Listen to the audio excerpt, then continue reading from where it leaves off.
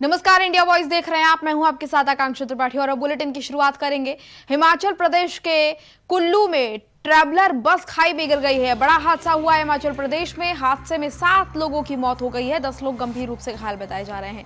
Traveller बस में सवार होकर IIT BHU के 4 छात्र घायलों को अस्पताल में भर्ती कराया गया है और इस पूरे मामले पर CM योगी आदित्यनाथ ने दुख व्यक्त किया है। बड़ी जानकारी आपको दे रहे हैं। पीड़ित के परिजनों के प्रति CM ने अपनी संवेदनाएं व्यक्त की हैं। दिवंगत आत्माओं की शांति के लिए भी CM ने प्रार्थना की है। फिलहाल जो घायल हैं उनको इलाज के लिए अस्पताल में भर्ती कराया गया है और इस पूरे मामले की जानकारी CM को जैसे हुई, CM ने मामले पर दुख व्यक्त किया है। हिमाचल प्रदेश के कुल्लू में ट्रैवलर बस खाई में गिर गई और इस हादसे में 7 लोगों की, आपको बता दें ये हादसा जो है बहुत ही ज्यादा दर्दनाक रहा। हिमाचल प्रदेश के कुल्लू में ट्रैवलर बस खाई में गिर गई थी और खाई में गिरने की वजह से हादसा हुआ जिसमें कई लोग घायल हो गए। घायलों को फिलहाल इलाज के लिए भर्ती कराया गया अस्पताल में। 7 लोगों की मौत भी इस हादसे में हुई है, 10 लोग घायल बताए जा रहे हैं।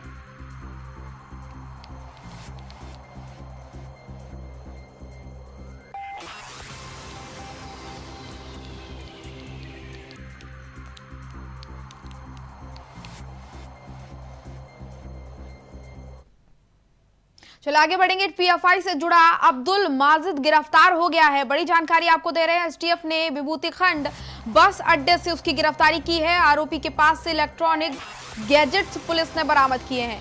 PFI और ISIS से जुड़ा आपत्तिजनक साहित्य भी इसके पास से बरामद हुआ है।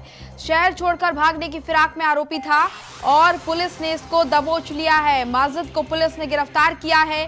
गैर कानूनी गतिविधियों के कानून UAPA में इसकी गिरफ्तारी हुई है। मुस्लिम युवकों को भड़काकर PFI का नेटवर्क बढ़ाने की कोशिश लगातार इसकी तरफ से की जा रही थी और पुलिस को इसको लेकर जानकारी मिल रही थी, तमाम इनपुट्स मिल रहे थे, जिसके बाद पुलिस ने इसकी गिरफ्तारी की है। मुस्लिम युवाओं को भड़काकर PFI का नेटवर्क बढ़ाने की कोशिश में ये आरोपी था। पुलिस ने फिलहाल इसको गिरफ्तार कर लिया है। लखनऊ के इंदिरा नगर से इसकी गिरफ्तारी हुई है। PFI नेता मोहम्मद वासिम का खास बताया जा रहा है। ये बड़ी जानकारी आपको दे रहे हैं। लखनऊ से गिरफ्तार किया गया है। संवाददाता विवेक कश्यप हमारे साथ ज्यादा अपडेट के साथ जुड़ गए हैं। विवेक, क्या जानकारी मिल पा रही है? PFI से जुड़ा ये आरोपी गिरफ्तार किया गया है, पुलिस को बड़ी कामयाबी मिली है। किस तरीके से इसको गिरफ्तार किया है? इनपुट्स कहां से मिले थे? इसको लेकर कैसे जानकारी मिली थी? तो हमारा संपर्क हमारे संवाददाता से फिलहाल नहीं हो पा रहा है, दोबारा संपर्क साधेंगे।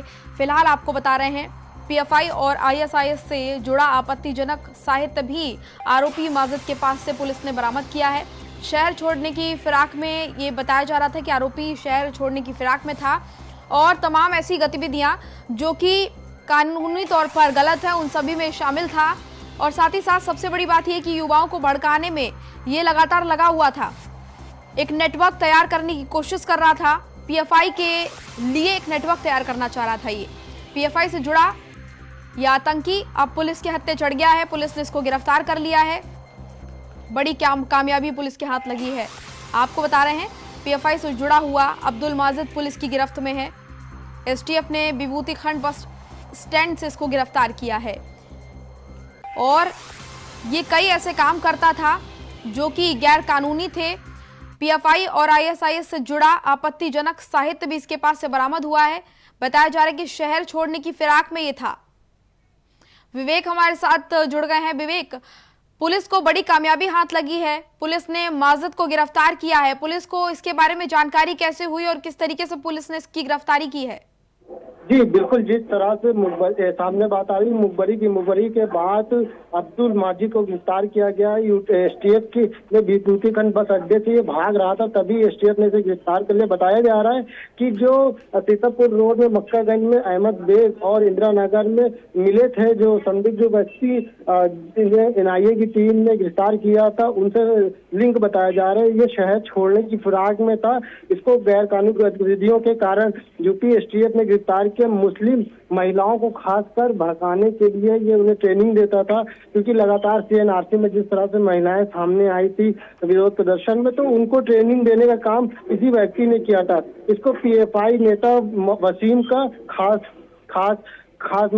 माना जाता है। मजीद को कहीं ना कहीं मजीद की गिरफ्तारी के बाद एक बार फिर लखनऊ में जिस तरह से जो ये ग्रुप बन रहे थे ऊपर लगाम लगाई जा सकती है, क्योंकि अहमद बेग के पास जो दस्तावेज मिले थे उससे अहम जानकारी मिली थी कि कौन कौन लोग इनके पीएफआई सदस्य हैं, कौन कौन लोग सक्रिय है, जो कि आने वाले चुनाव में किस तरह से विपत्ति पैदा कर सकते थे, किस तरह से माहौल खराब कर सकते थे। इन्हीं सब चीजों को लेकर इसको बस अड्डे से गिरफ्तार कर लिया गया। अब पूछताछ के लिए एसटीएफ ने अपने पास रखा हुआ है। बिल्कुल विवेक, और सबसे खास बात यह है कि युवाओं को ये अपने कब्जे में लेने की कोशिश कर रहा था, एक नेटवर्क तैयार करना चाहता था जो कि देश के खिलाफ जिसका इस्तेमाल करता है, क्योंकि युवा जो है माना जाता है कि देश का भविष्य युवा ही होते हैं, और ऐसे में अगर युवा इसके संपर्क में आते तो कहीं ना कहीं बहुत नुकसान इस बात से होता, और इसी वजह से पुलिस ने गिरफ्तार इसको कर लिया है।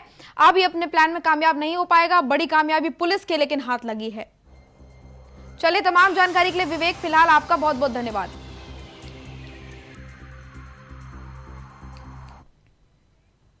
छोटे से ब्रेक के लिए रुकेंगे, ब्रेक के बाद जल्द हाजिर होंगे। ब्रेक के बाद स्वागत है आपका, और अब सीधा रुख करेंगे देहरादून का, जहां पर सीएम पुष्कर सिंह धामी नंदा गौरा योजना पोर्टल का उद्घाटन कर रहे हैं। उनके जीवन को आदर्श बनाने के लिए हम दृढ़ संकल्पित हैं। हमने संकल्प लिया है कि हमारी बेटियां हर क्षेत्र में आगे रहेंगी। कोई क्षेत्र ऐसा नहीं रहेगा जहां बेटों से बेटियां पीछे होंगी। ये संकल्प सरकार ने लिया है। आज के अवसर पर जहां भी वो डिजिटल माध्यम से हमारे पूरे प्रदेश के अंदर हमारी बेटियां जो अलग अलग स्थानों पर बैठी हैं, इस हॉल के अंदर बैठी हैं, उन सबको भी संकल्प लेना है कि जो सरकार ने संकल्प लिया है, जो हम लोगों ने संकल्प लिया है, ये हमारा संकल्प पूरा करने का काम भी हमारी बेटियों को करना है। जहां हमने बेटियों के लिए संकल्प लिया है कि बेटियां हर क्षेत्र में आगे रहेंगी, हर क्षेत्र में नेतृत्व करेंगी, तो इस संकल्प को पूरा करने का काम संकल्प हमने लिया है, लेकिन इस संकल्प को पूरा करने का काम सबने करना है। और जो हम संकल्प लेते हैं, जो भी हम संकल्प लेते हैं, उसमें कोई विकल्प ना आए। संकल्प में अगर कोई विकल्प आ गया तो फिर संकल्प हमारा टूट गया, संकल्प हमारा समाप्त हो गया। और संकल्प में विकल्प आ जाता है तो फिर हमारे रास्ते भी छूट जाते हैं, रास्ते भी हमारे भटक जाते हैं, लक्ष्य हमसे ओझल हो जाता है, सपने हमारे रूठ जाते हैं। इसलिए जो भी आप लोग जीवन में संकल्प लें, आप लोगों के लिए जो संकल्प हम लोगों ने लिया है, उस संकल्प में किसी विकल्प को नहीं आने देना है। कहते हैं मिशन हैज नो ऑप्शन, और मिशन में कोई ऑप्शन आ गया तो फिर मिशन पूरा नहीं होता है, मिशन टूट जाता है, मिशन खराब हो जाता है। इसलिए उसका नाम ही मिशन होता है। इसी प्रकार से संकल्प है, संकल्प में भी कोई विकल्प नहीं लाना है। आपने अगर ये तय कर लिया जीवन में कि मुझे ये बनना है, मुझे ये करके दिखाना है, मैं करके दिखाऊंगी, ये मेरा पक्का संकल्प है, तो कोई भी ताकत आपको रोक नहीं सकती है, कोई भी ताकत आपको मंजिल में जाने से हटा नहीं सकती है, कोई पीछे नहीं कर सकता है। क्योंकि कहते हैं हर मनुष्य के अंदर उसकी आत्मा में भगवान का वास होता है। कहते हैं ए मनुष्य निज को तू जान, ए मनुष्य निज को तू जान, अपनी शक्ति को पहचान, ए मनुष्य निज को तू जान, अपनी शक्ति को पहचान, ए मनुष्य तू बड़ा महान, ए मनुष्य तू बड़ा महान। हम सब लोगों को अपनी शक्ति को पहचानने की आवश्यकता है। अगर हम अपनी शक्ति को पहचान लेंगे, अपने आप को पहचान लेंगे, तो कोई ताकत हमको रोक नहीं सकती है। हमने सबने स्वामी विवेकानंद जी का नाम सुना है ना। स्वामी विवेकानंद जी ने कहा है कि मनुष्य अनंत शक्ति और अनंत ऊर्जा का भंडार है। उसके अंदर इतनी शक्ति है, इतना पोटेंशियल है कि वो जो करना चाहे, जिस दिशा में जाना चाहे, उस दिशा में जा सकता है, अनंत तक जा सकता है, जिसकी कोई लिमिट नहीं है। लेकिन अपने आप को पहचानने की आवश्यकता होती है। कहते हैं कि जो स्वयं की मदद करता है, भगवान भी उसकी मदद करते हैं, और जो स्वयं की मदद नहीं करता तो उसकी कोई मदद नहीं करता है। देखिए, जीवन में जो भी काम करिए अच्छे मन से, सच्चे मन से करिए, और भगवान को साक्षी मान के करिए। अपने माता पिता, अपने गुरुजन, अपने बड़े, उन सब का आदर करिए, उनके प्रति श्रद्धा का भाव रखिए, तो निश्चित ही आपके रास्ते खुलते जाएंगे। कई बार हमारे सामने बहुत सारी मुसीबतें आती हैं, बहुत सारी परेशानियां आती हैं, और इतनी बार ऐसा लगता है कि ये रास्ते सारे बंद हो जाएंगे। लेकिन अगर हमारा भगवान पर विश्वास हो और कर्म हमारा निस्वार्थ हो, तो भगवान भी स्वयं रास्ते बना देते हैं। जो रास्ते रुके होते हैं उनमें भी रास्ते निकल जाते हैं। मैं समझता हूं कि आज के अवसर पर यह हमारा संकल्प दिवस भी है कि आज से हम लोग नवरात्रि जहां शुरू हो रहे हैं, हम संकल्प लें कि हमको जीवन की किस धारा में जाना है, जीवन में कहां पहुंचना है, जीवन के हमारे लक्ष्य क्या हैं, हमारे सामने चुनौतियां क्या हैं। उन सबको हम सबके साथ से, भगवान की कृपा से, माँ देवी की कृपा से, माँ दुर्गा की कृपा से, माँ सरस्वती की कृपा से, माँ लक्ष्मी की कृपा से, माँ काली की कृपा से हम सब बाधाओं को पार करेंगे और अपने संकल्प को पूरा करेंगे। आज चूंकि ऐसा दिवस है और ऐसी हमारे यहाँ घटना भी हुई है, जब भी किसी बेटी के साथ, किसी बहन के साथ ऐसी दुर्व्यवहार की खबर आती है तो मन में बहुत आत्मग्लानि होती है। और चूंकि मैंने तय किया है कि मैं कम से कम क्रोध में रहूं, कम से कम गुस्से में रहूं, कम से कम आक्रोश हो, लेकिन जब हमारी बेटियों के साथ, हमारी बहनों के साथ इस प्रकार का दुर्व्यवहार होता है तो मन में आक्रोश भी होता है और क्रोध भी आता है कि आखिर ये घटना कैसे हुई, क्यों हुई, और ये घटना हुई है तो अब भविष्य में कभी ऐसी घटना ना हो। हम एक नजीर बनाना चाहते हैं कि उत्तराखंड के अंदर हमारी बेटियां सब बिल्कुल निस्वार्थ होकर, निश्चिंत होकर, बिल्कुल निर्भय होकर, जिनमें कोई भय न हो, इस प्रकार से स्वच्छंद रूप से अपना काम करें। और हमारी बेटियों की जो सुरक्षा की हमारी जिम्मेदारी है, उनके साथ अन्याय करने वालों को न तो हमारे समाज में कोई जगह है, न ही हमारे राज्य में है। इसलिए हमने जो 2 दिन पहले घटना हुई, उस घटना के बारे में तत्काल निर्णय लिया। जो भी आरोपी थे उनको जेल में भेजा है, जेल की सलाखों के पीछे हैं। जितने अवैध निर्माण उन्होंने किए हुए थे, उन अवैध निर्माण पर भी जो है ध्वस्तीकरण किया है, और कोई छूटने ना पाए कि ये घटना हुई है, इतने से खत्म नहीं हो जाएगा। घटना की तह तक जाना है कि आखिर इसमें कौन कौन लोग शामिल थे। उसके लिए हमने एक डीआईजी स्तर की अधिकारी है, पी रेणुका देवी, उन्हीं के नेतृत्व में एसआईटी का गठन भी किया है, और वो एसआईटी जांच करेगी और हर पहलू की जांच करेगी। किसकी किसकी संलिप्तता है, किस किसने इस अपराध में कौन कौन जो है भागी है, सबको दंड और सबको सजा मिलेगी, ये हमने तय किया है। इसके साथ साथ जो हमारे माननीय न्यायालयों में मामले चलते हैं, वो कई महीनों, सालों और सालों सालों तक चलते रहते हैं।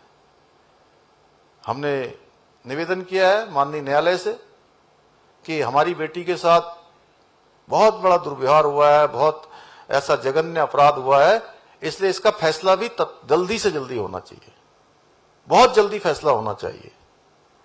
और फास्ट ट्रैक कोर्ट बनाने का भी हमने अनुरोध किया है, जिससे कि उत्तराखंड की बेटी को, हमारी बेटी को न्याय मिल पाए। प्रदेश की किसी भी बेटी का अपमान होता है तो ऐसा लगता है कि हमारा अपमान है। इसके लिए कानून की जो भी कठोरतम कार्रवाई है, वो कठोरतम कार्रवाई हम करेंगे। हमारी बेटियां, जहां हमारा मान, हमारा सम्मान, हमारा अभिमान है, और देवभूमि में नारी का सम्मान का सर्वोच्च स्थान है। कहते हैं यत्र नार्यस्तु पूजन्ते तत्र रमन्ते देवता। तो हमारे शास्त्रों में भी कहा गया है कि जहां नारियों का, बेटियों का, बहनों का सम्मान होता है वहां देवताओं का वास होता है। हमारी महान वीरांगना तीलू रतौली से शुरू होने वाली हमारी सूची में जहां टिंचरी माई, गौरा देवी, चंद्रप्रभा इतवाल, गंगोत्री गरब्याल और बछेंद्री पाल, जिन्होंने एवरेस्ट की चोटियों को, एवरेस्ट के शिखरों को छूने का काम किया, और ऐसे अनेकों नाम हैं जिन्होंने हर चुनौतियों को छोटा साबित करते हुए जो समाज के अंदर कुप्रथाएं चल रही थी उनको तोड़ने का और आत्मसम्मान से जीने का उन्होंने एक समाज को नई राह दिखाने का काम किया है। उसी परंपरा को आगे बढ़ाते हुए आज हमारी बेटियों ने हर क्षेत्र में, मैं देख रहा हूं कितने सारे परिणाम आते हैं, खेल के, पढ़ाई लिखाई के, प्रशासनिक क्षेत्र के, सामाजिक क्षेत्र के, पत्रकारिता के क्षेत्र के, तो उसमें हमारी बेटियों ने अलग ही नाम रोशन किया है। शिक्षा से लेकर खेल मैदान, वैज्ञानिक अनुसंधान, सेना के अभियान, उन सब में हमारी बेटियों ने बढ़ चढ़कर हिस्सा ले रही हैं। आज सरकार हर स्तर पर अपनी बेटियों के साथ है। हमारी विभिन्न योजनाएं इसे आत्मनिर्भर और सशक्त बनाने के लिए सहयोग कर रही हैं। इस क्षेत्र में हम लगातार काम कर रहे हैं। हाल के सालों तक बेटियों को जीवन का दूसरा नाम ही संघर्ष था। तो फिलहाल इस बुलेटिन में इतना ही। मुझे दीजिए इजाजत। नमस्कार।